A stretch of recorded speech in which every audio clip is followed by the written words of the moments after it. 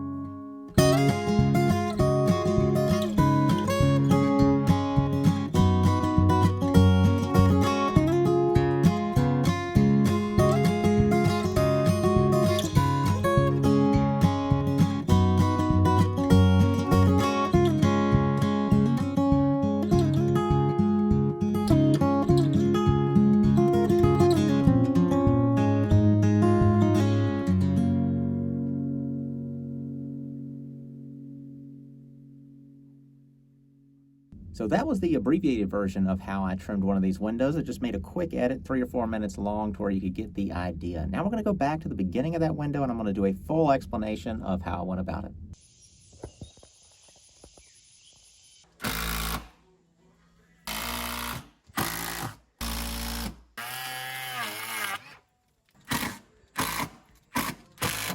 All right, first I measure the length. So I'm just measuring the wood here, 42, and it's 11/16 but I've got space. So I'm going to say 42 3/4.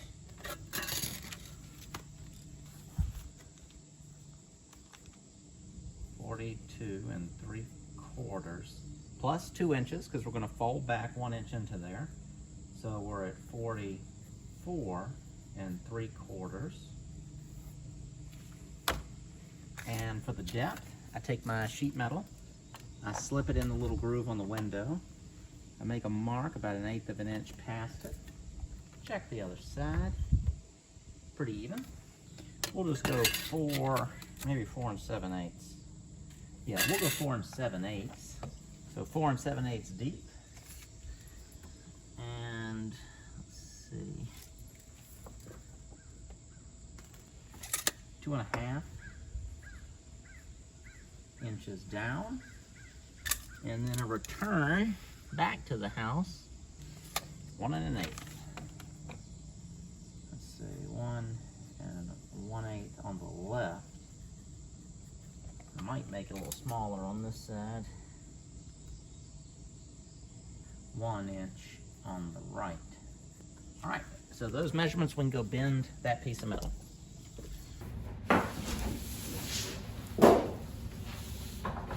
$44 3/4, and you measure your bottom. You obviously start at the bottom of the window and work your way up, and your bottom's going to be bigger than the top. So part of this piece will be for the bottom, then the other half will be for the top, and then the upright pieces of trim will be longer. So 44 3/4. Then I take drywall square. Again, this is just how I'm doing it with the tools I have, and it's working pretty good. And you just need a box cutter, razor blade, right up on the mark. Don't cut yourself. Score it a few times.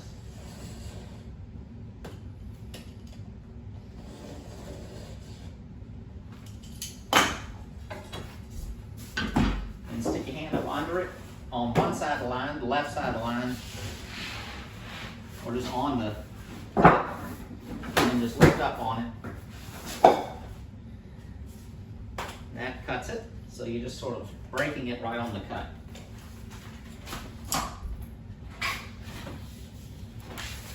Now, for my searches on YouTube, a lot of people will just go to the break and start making bends and measuring right on the break, but I have found I just mark it out while I'm already here. This would be nice if this was on a table, but I don't have it on a table. So I mark the depth first, so that was the same on both sides. Something under there. So 4 7/8.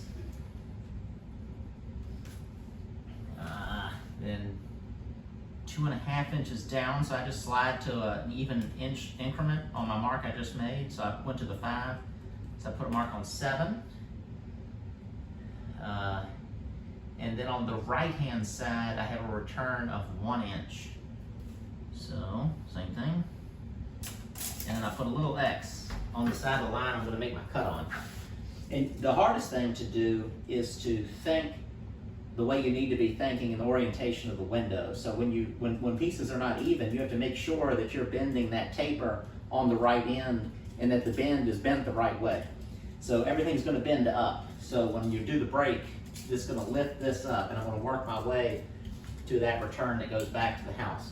So this side is the same, except we have a little less of a return. A new house, this would be much easier if things were even. On old houses, you're going to end up with probably all kinds of stuff. So 4 7/8. And I think I messed up over there. 2.5 down. I think I measured 2 down over there.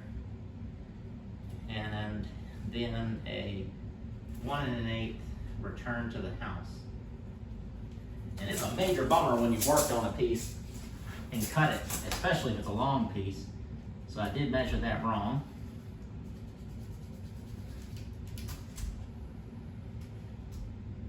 have your wits about you.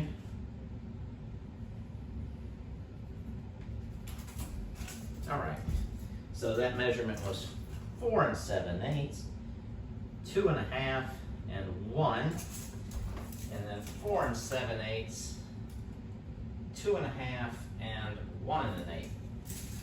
So now we go to the brake. So this is a borrowed Tapco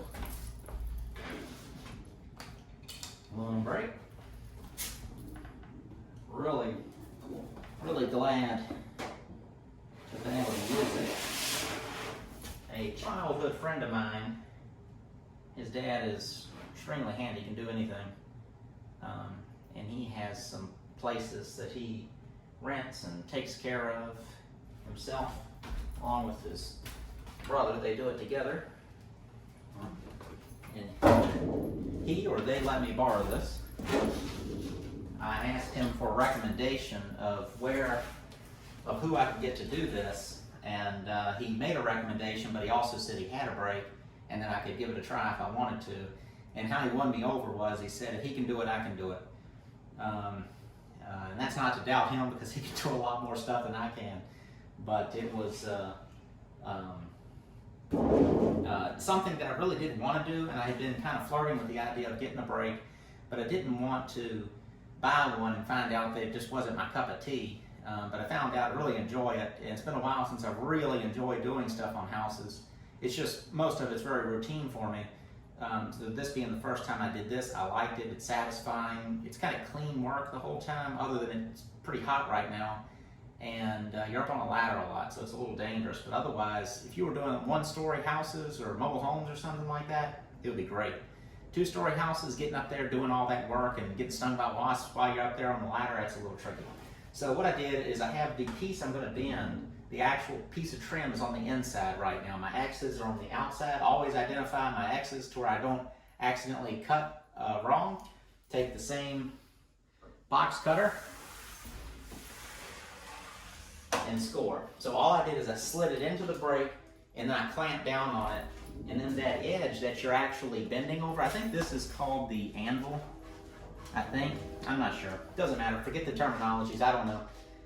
This part is going to bend it up this way, so that edge that you're actually bending over is also the line that you can cut with a straight edge. Some brakes, you can get cutters for them, which just mounts to the brake, and it's like a little wheel that just goes across and cuts the coil. This isn't bad though, doing this. So this is all anyone can do, everything I've done so far. Added some wood, took some measurements. Let's see, I think the brake's gonna get hit. I mean the tripod.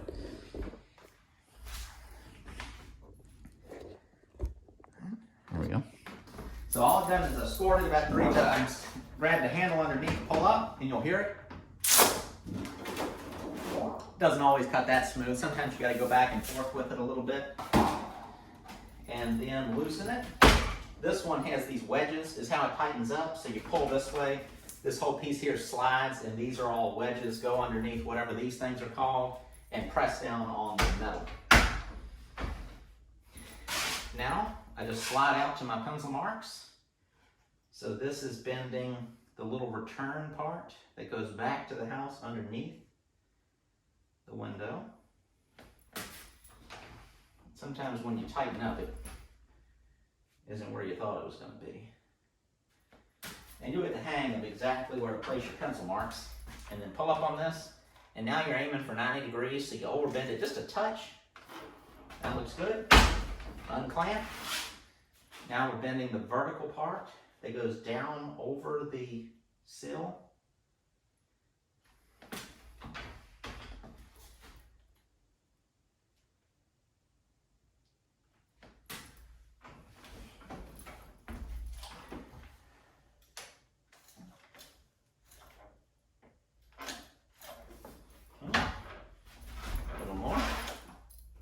If you overbend it, which I've done a bunch of times, you can kind of come back in here and kind of massage it back into position.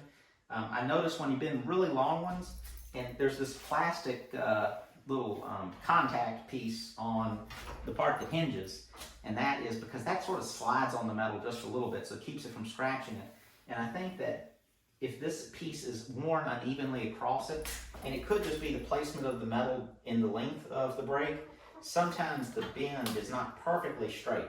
So what I'll do is I'll sight down it. If it's a piece that you're going to be at a level when you're viewing it where you can kind of see across it from whatever perspective you're looking at the house.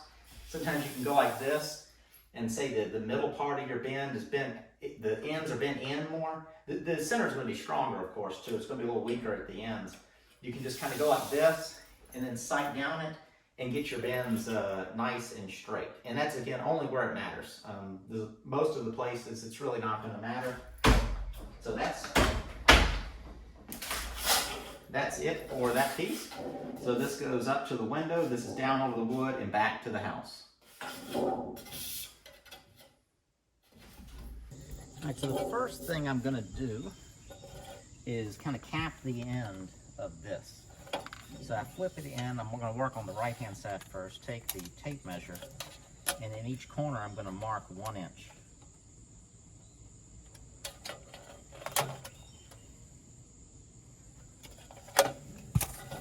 Then I'm going to take my razor blade, and on those inside corners from that inch mark, I'm going to cut out right in the corner a couple times. I'm just scoring it.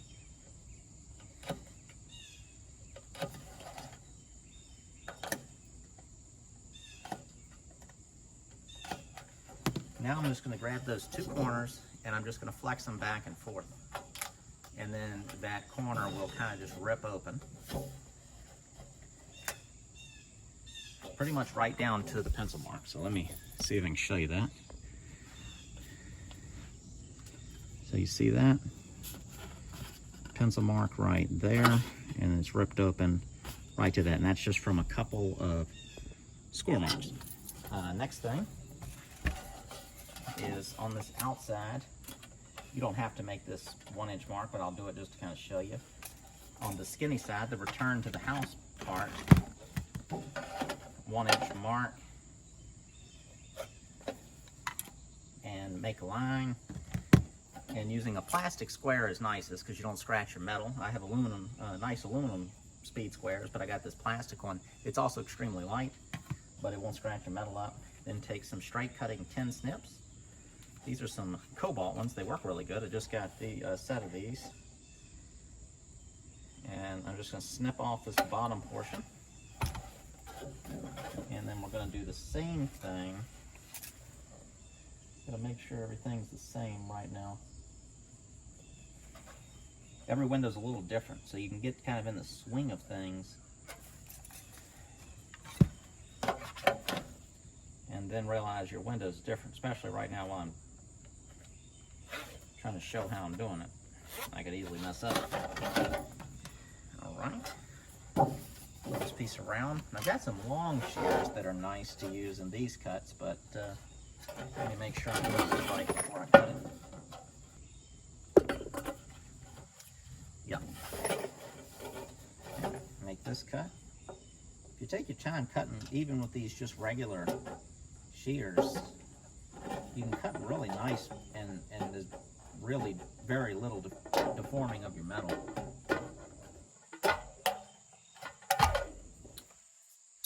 Sometimes there'll be a little bit of, but again, once it's in, it doesn't make much difference. It gets kind of pulled into place. So then I take my hand seamers. These are ones I got from Harbor Freight. I have a couple pairs of these. And I just drop straight to that. So this is that tab. Drop straight to it. Then I just pull back off of it just a teeniest bit. And then support underneath, and I'm kind of pushing the tips of these towards my fingertips. And all I can do is go up just a little bit before it hits. And then supporting in there, a whole block of wood would help with that. But as long as you hold your fingers right and kind of push in the right spot, you can. So then you end up with this. All I did was kind of close that in. So the next step is need to mark its length this way. So you just lay it up in against, so this piece is called J channel. Lay it up against there. I'm going to come down here, and I'm going to make a pencil mark, giving myself just a little bit of leeway. Don't want to go too tight on anything. There's no reason.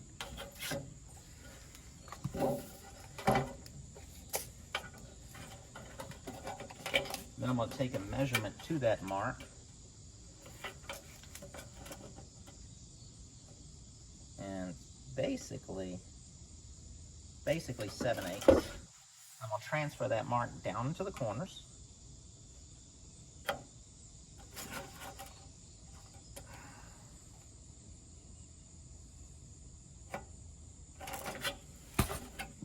Same cuts, score the corners.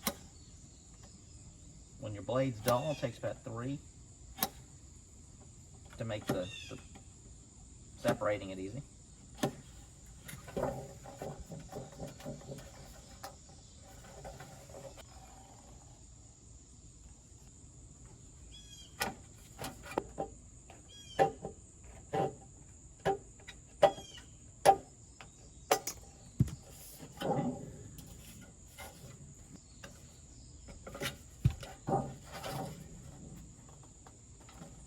So now I need to mark the spot where it's going to get cut, because this portion has to go all the way back to here. But we've got this plane is going to be that piece of trim. Let me make sure I'm still filming. So basically the measurement we took earlier, but the easiest thing to do is just take a scrap piece of tin or aluminum, slip it up in there, and then I'm going to make a mark. What I did earlier is right where the trim is going to slip behind the J-channel, I took a measurement and then drew a line out here on both sides, and that becomes a point that I can measure off of. So I'm going to wrap right towards a 90-degree bend here. So again, slip it in the groove. Some people will do like a little pressure bend against the metal, but I'm just going to slip that in the groove, make a mark, and then, so that's that measurement. This piece of wood that I'm going to wrap around, I'm just going to come just to the edge of it. This is going to, a sort of a tight joint. And then off my front face, I'm going to make a pencil line. Then I'm going to come in from that pencil line towards the end about 1 inch. I'm going to make another pencil line because we're going to bend a tab here. Then make sure that's the right one. Then take your piece of metal that you put your mark on, lay it on top, put a mark there, put a mark there, get your square.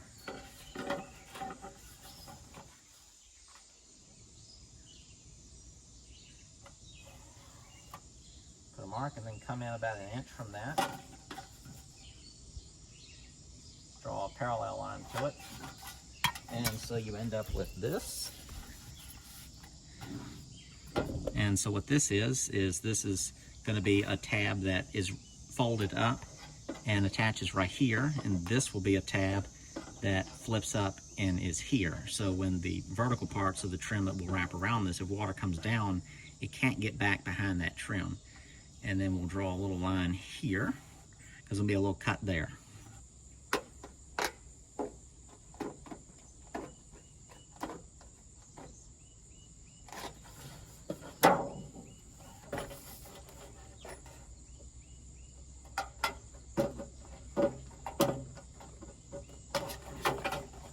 So that's the scrap piece.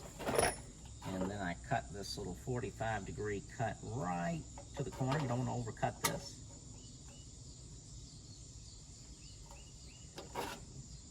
Your leeway with all this stuff is however much caulking you want to do. But you don't want things too tight. All right, so then you're going to bend these up. And this is a longer bend than my hand seamers. So again, support underneath, press down. And then I just start the bend, and then I come and try to work my way over to the corner to where it doesn't get kind of screwed up. So that's bend. I bend these close to 90, but just shy of it. That's the way I've been doing it. It gives me just a little bit of spring.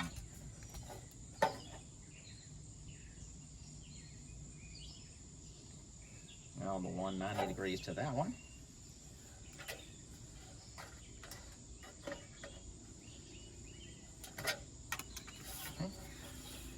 So your end result is this. Back side. So orientation's like this. So you can imagine it going right to the corner. Now I'll go ahead and do the other side.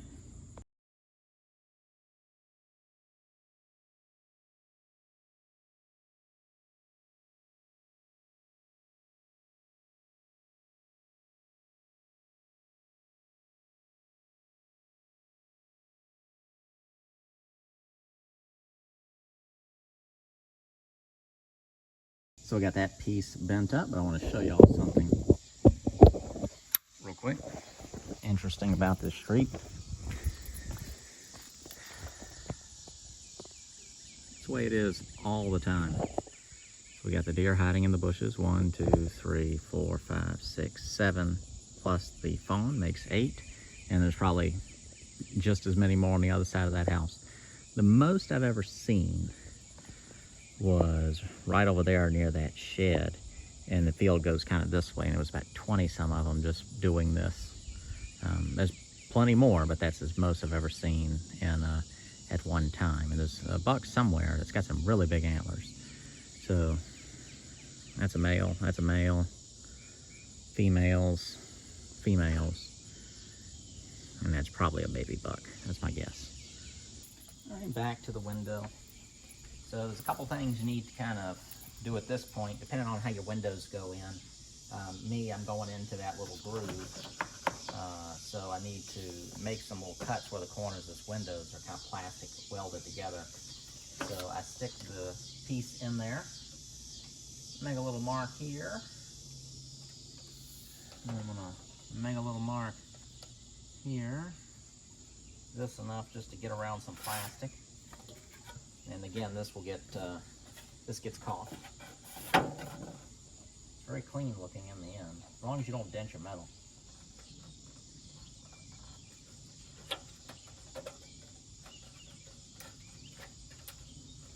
I think some sort of a little hole punch would be handy when you're doing this. When you just need to kind of notch out a small area, you could just punch a hole.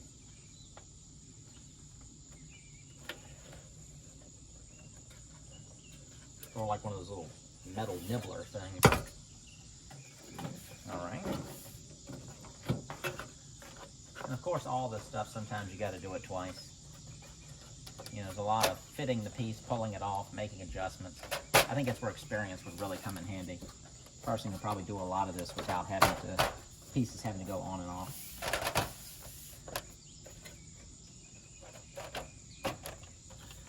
All right, so now I'm just kind of fitting it in.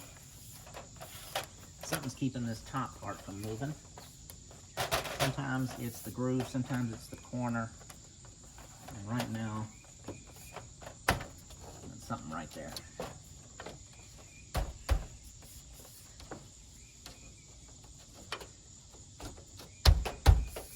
Okay, there we are, we're in. So one thing you're going to want too, of course, is some slope. You don't want to make sure it's up or down. Some of the rough framing that I did had warped and cupped upwards, so I had to take that power plane that I have and kind of plane the edge down to where I could get enough fall. This one is plenty. It's like a 1/4 inch difference or more from the window out to the edge of this. So I am in the groove, and then I'm going to push down on the front lip. The next thing I'm going to do is I take a trim nail. These are painted white aluminum trim nails. And I'm going to nail through this little tab I've done up into the framing. These aluminum nails are annoying.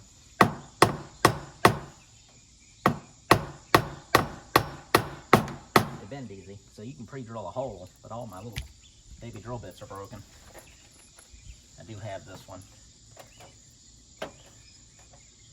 just to punch through.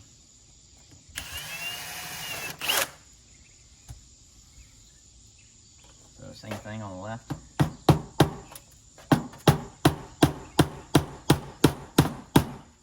Okay, so that piece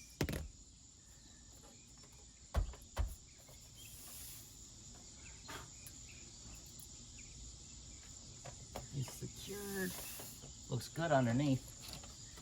All right, so now we will take the next measurements. With the bottom nailed off, we'll measure for the sides. Starting with the length, I'm going to measure this from the front edge here, not the back edge, because you'd be at an angle and there's slope. So I'm just measuring up to my J channel, 59.5 inches and 60, so it's really 59.75 over here. So I'll just go 59.5 is fine. Doesn't need to be tight. For the face, I can just slip in a piece of metal here, measure over to my J channel. So it is 5 3/4. 5 3/4. I'm going to add 1/8 of an inch to that where I can kind of tuck behind the J channel here. And I'm calling that my face. And then for depth, slip my piece of metal in there. Make a mark just past the edge of the wood here. And take a measurement. 3 3/8. And so that's 3 3/8 inch deep. So that is everything measured up for this side. So you need to check the depth here, and then you can just take the piece of metal and put it up here and you're fine. And then you can go ahead and just try it like this.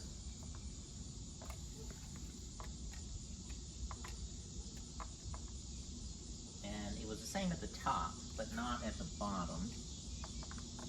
So it's 3 3/8 would do it up top. But at the bottom, basically 3 1/2. So we'll have to make a special piece. 59 1/2 long is 3 3/8 at the top, and then 3 1/2 at the bottom. So I'll show you how to kind of count for that. Sorry, I need to measure for the face. And the face of that will be 4 7/8 at the top and bottom. It is a little bit different, but so the piece can have a little bit of twist in it, or sometimes I'll have a little bit more tucked behind the metal at the top or at the bottom.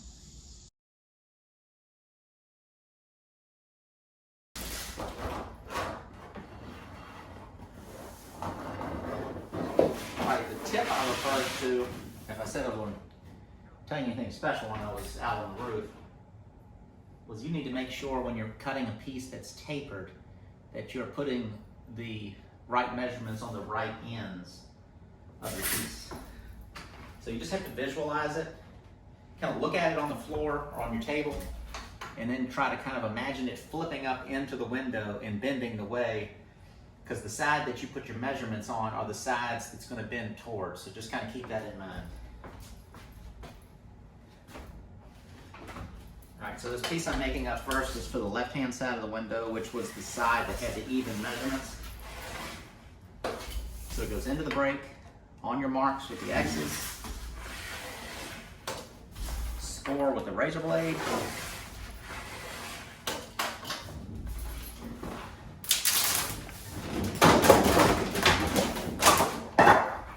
you set that piece aside because that's going to be your other piece. Loosen the break. This is a very simple piece to make. You're just making a 90-degree bend, so just one bend, and this one is even. But whether you're making an even piece or a tapered piece, doesn't matter once you're at the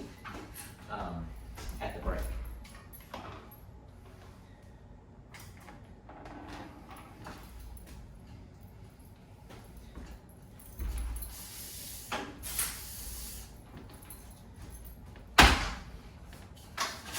And then on the inside, I have written left. So that just kind of helps when you get up to where you're working. And it helps just to kind of have as much visual aid as possible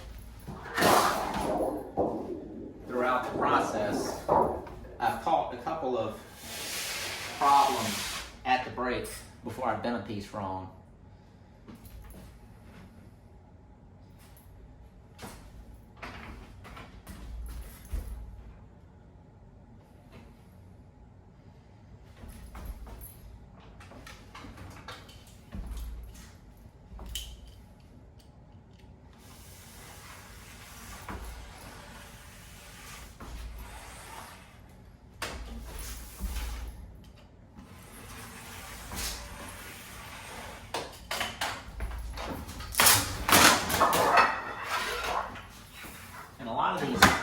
pieces, they end up being useful for other windows.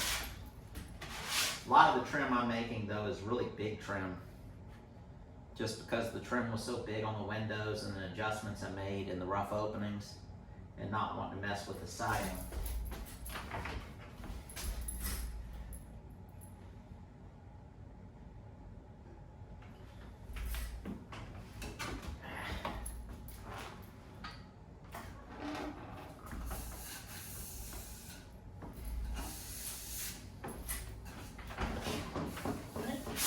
Back to the roof.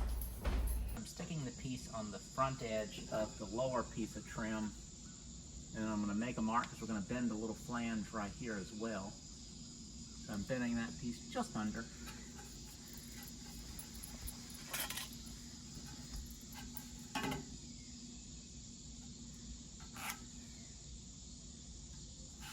Again, I'm doing about a one inch tab.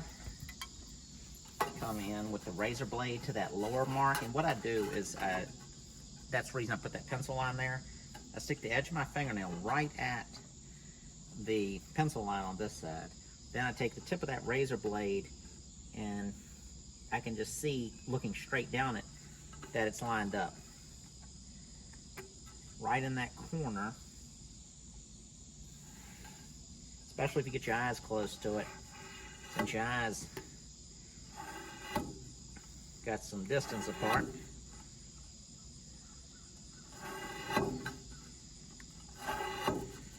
Okay. And then just bend that back and forth. Kind of work your way down. You don't have to go crazy. Just the more you work it, you'll break it. And then I'm going to cut on the top line.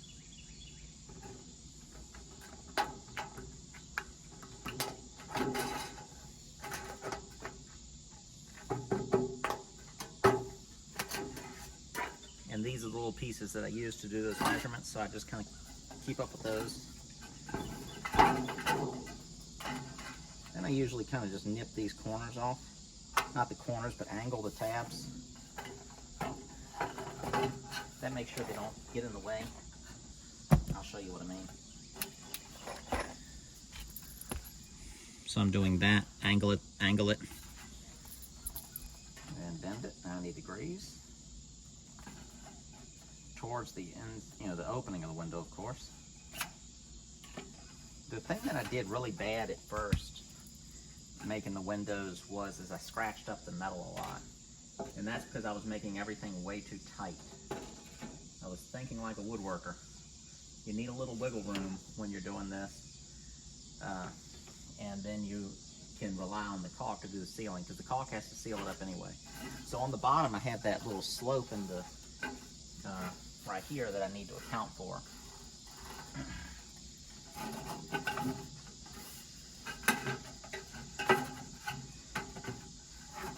So I just guessed that, and I can recut it if it's not right.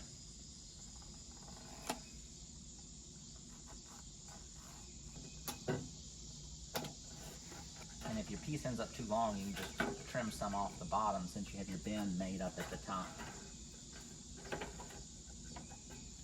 Like I'm running kind of tight right now. Need to trim more often. I have a moving blanket laid down on the roof to keep me from scratching this metal up. Okay, so we're good. It's cut to where it just kind of snugged up right as it gets to the right spot. So I'm going to mark to get into my corners here. This is where I would want that hole punch. I mentioned that already. And then down at the bottom, I just kind of nip the corner off.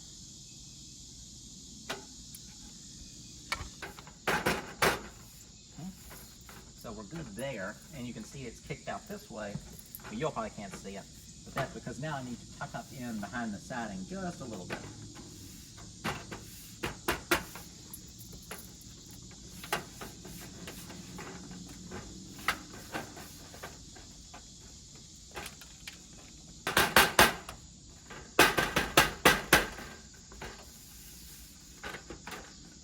now what I do is once I'm tucked in behind the siding, I kind of eyeball this corner, this bend here and this bend here, and then where the back of it is. And what I'm doing is I want to make sure I can see this when I sight straight down this edge, looking straight at it. I can see that this piece right here is kind of angled out that way. If it's angled out that way, I want it to be angled out that way evenly, to where when you're looking at it from the ground, it doesn't look like the piece is a lot of this exposed and none of this exposed. So optimally, I'm going for about 90 degrees, but sometimes it doesn't work out perfectly. It's close.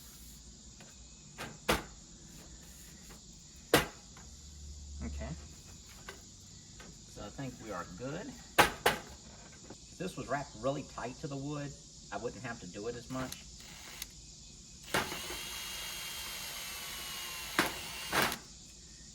But that helps from denting the metal, to just have the drill bit go through instead of having to knock through it.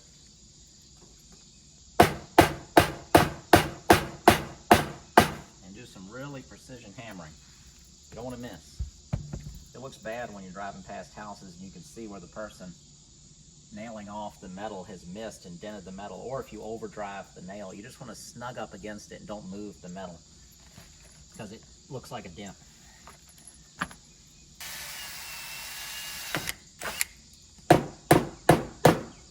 I leave my fingers underneath behind the nail as long as possible, to where if I miss, I hit my fingers. I'm not nailing hard, and it'll give because the aluminum's there, but really don't want to hit the metal.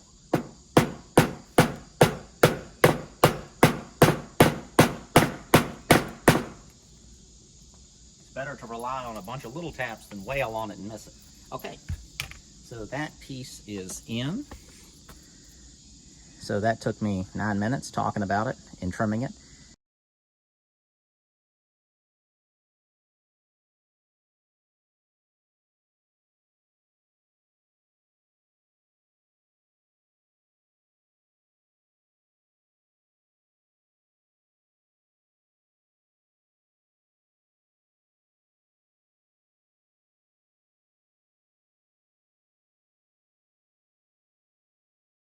Now we measure for the top. So the length is covered by what we already have. We'll trim it to length once we get up here. So what I'm going to do here is I've got plenty of tucking room up in there. So I'm just going to hang on the J channel 9 inches. But I am going to do this to 8 7/8.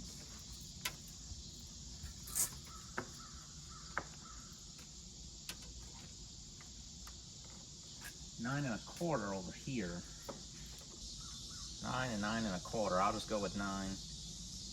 And for this, I go right at the edge, because I've got that leeway of that groove in the window, and I want my piece that comes across here to be tight. So I want to make sure I don't bottom out in the groove first. So I checked both sides, and we are at 3 9/16. And the other measurements were how tall it was. So go bend those up, and that's our last piece. Get that nailed off and caulked.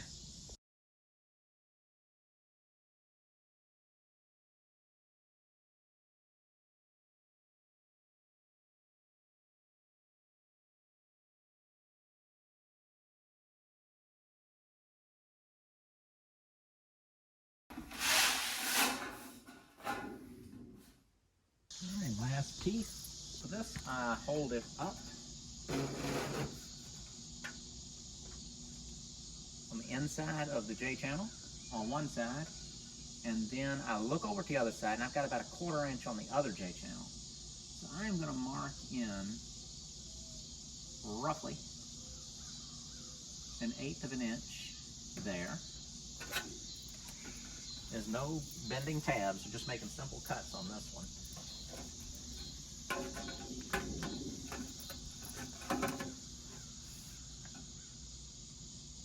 Okay, I make a mark with my square. I line it up with the line the mark I just made with the square, and I'm going to angle it because I've got a little bit of angle on this piece. So I'm going to make this cut angled.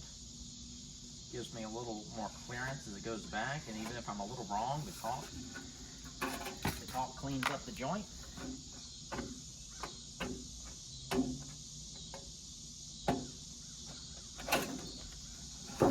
Razor blade in the corner, inside corner. I'm always putting that knife blade back in there too. It's pretty dull at this point, but it's still mostly dull at the tip. All right, so then I put this here. Just a little bit of it hanging up on the window. I mean, on the inside of the vertical trim. And then I'm going to come over here and I'm going to do the same thing. I'm just going to mark in a little bit.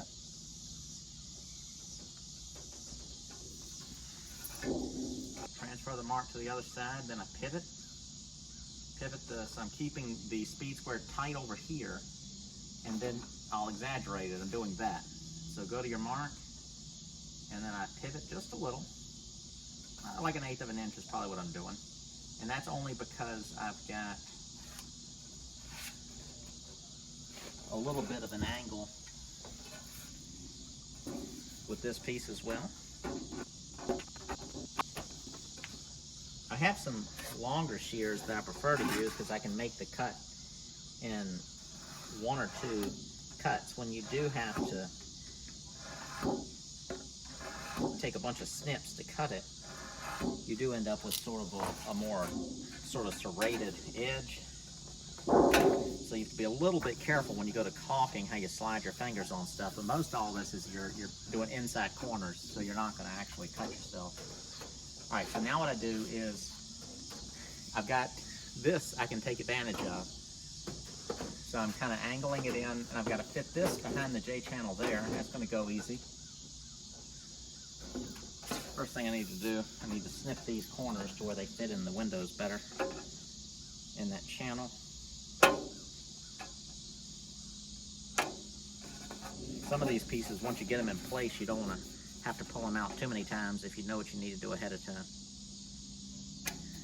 And that just comes from, I think, experience. A lot of the stuff that I'm having to think about, a person who really does this would know how to do it a lot smoother. A fellow that I borrowed the brake from, he said when he had his windows done in his personal house, which is who he bought his brake from, the guy who did his windows, he said that guy just came to his house, measured all his windows, went home, bent it all, and came back and installed it. I don't know how you do that. I have to make every single piece on the spot. All right, so I need to make some more room on one of my cuts here. Some pieces are tricky to fit in because you're trying to go in a lot of different directions at once. And what you see me doing there seems to work pretty good a lot of times. You start getting things into place, little places here and there will hang up. So you just kind of tap on it while you try to get it in place, and it just seems like things will start jumping in to place.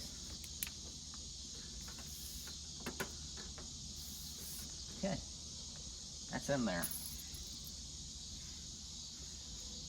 I wish I would have made it a little longer there.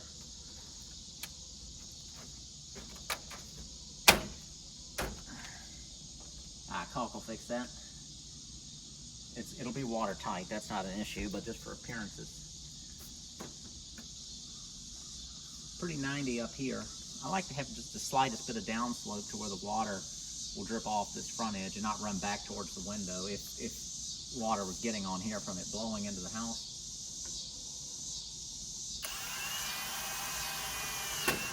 So again, I'm just punching these holes to where I don't bend anything up. It just makes getting started easier.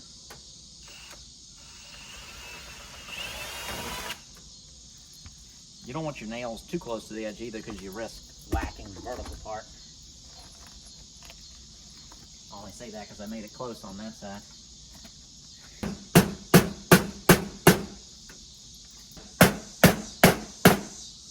All right, that's in. Now we'll do the caulking. I see another deer I'm going to show y'all.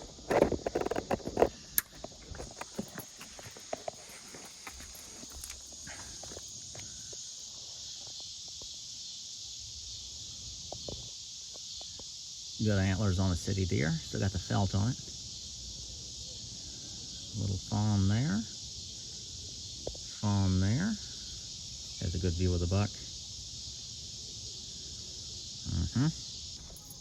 All right, let's get this caulked, and I'll try to get you a view from the ground. I am using Big Stretch Caulk, bought at Lowe's, made by Sashco. I don't know anything about it other than I like the way it described itself. Won't crack, just stretches. It is very stretchy. It's not a fast drying caulk though. It says that it skins over in 4 hours. It says don't let it get rained on for like 48 hours. Cures in a week or two. So that part of it may be tricky, but it says high performance elastic sealant. And I like that. It says it's made for windows, doors, and siding. And the reviews I saw of it were pretty good. There were a good amount of people in there that said they were professionals that use this and they like it. Who knows if that's true, but it seems to be working good so far. It goes on sort of normal. It starts to kind of, in the heat, it sort of like skins over, so you have to wipe it with your finger if you want to do that really quick. You don't have to, but I like to do it. It just kind of makes the joint seem a little more seamless to me. I am going to caulk all around the edges and then around the edges of the windows and then out towards the sides and down at the bottom.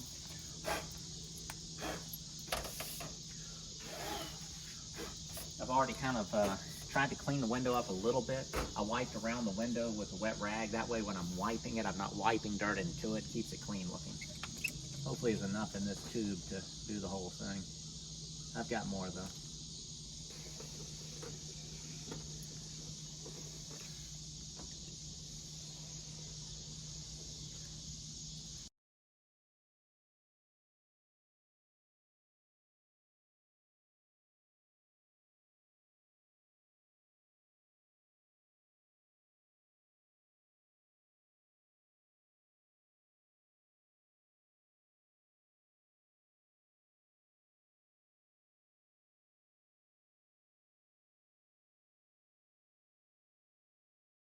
Done. We'll pop the window in real quick and we'll try to look at it from the ground before it gets dark.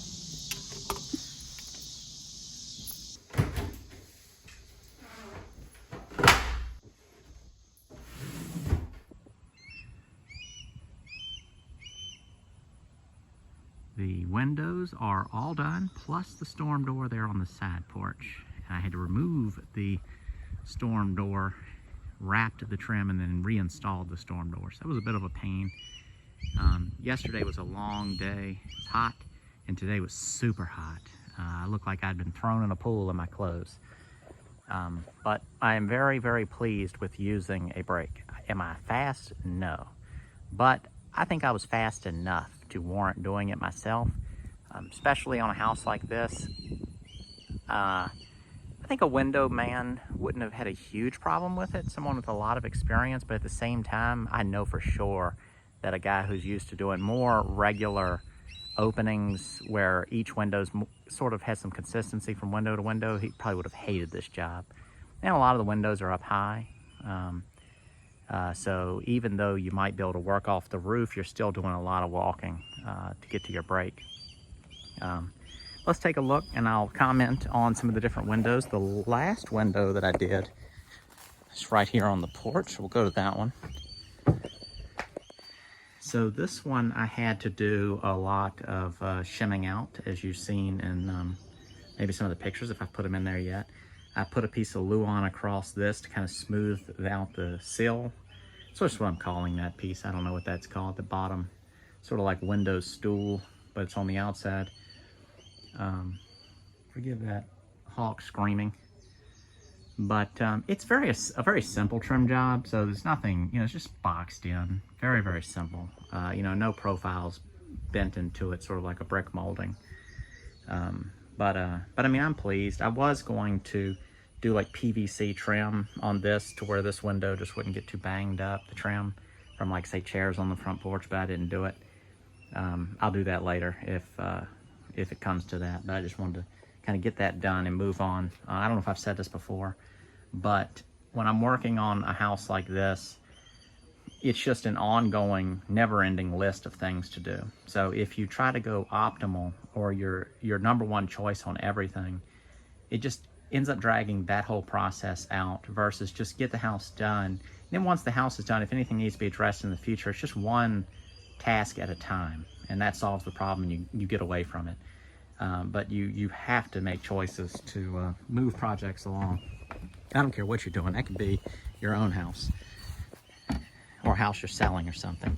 So here, basically a storm door is made up of several pieces of extruded aluminum that goes around, and the doors hung in those, so they're, my door's locked down. But I removed the original brick molding plus this piece I had put in original, and then I just planed a 2x6 down and ripped it to 2 7/8, and then installed that and then wrapped around that. And then what's holding it on is it's kind of pinned with a nail here down to bottom, and then this is overlapping it. And then I ended up, out of precaution, I added this sort of drip cap to the end of the window. So I hemmed this edge here, and then it's tucked in, comes down an angle, and then it's another angle. And that gets out past the window completely. All right, I'll try to speed this up.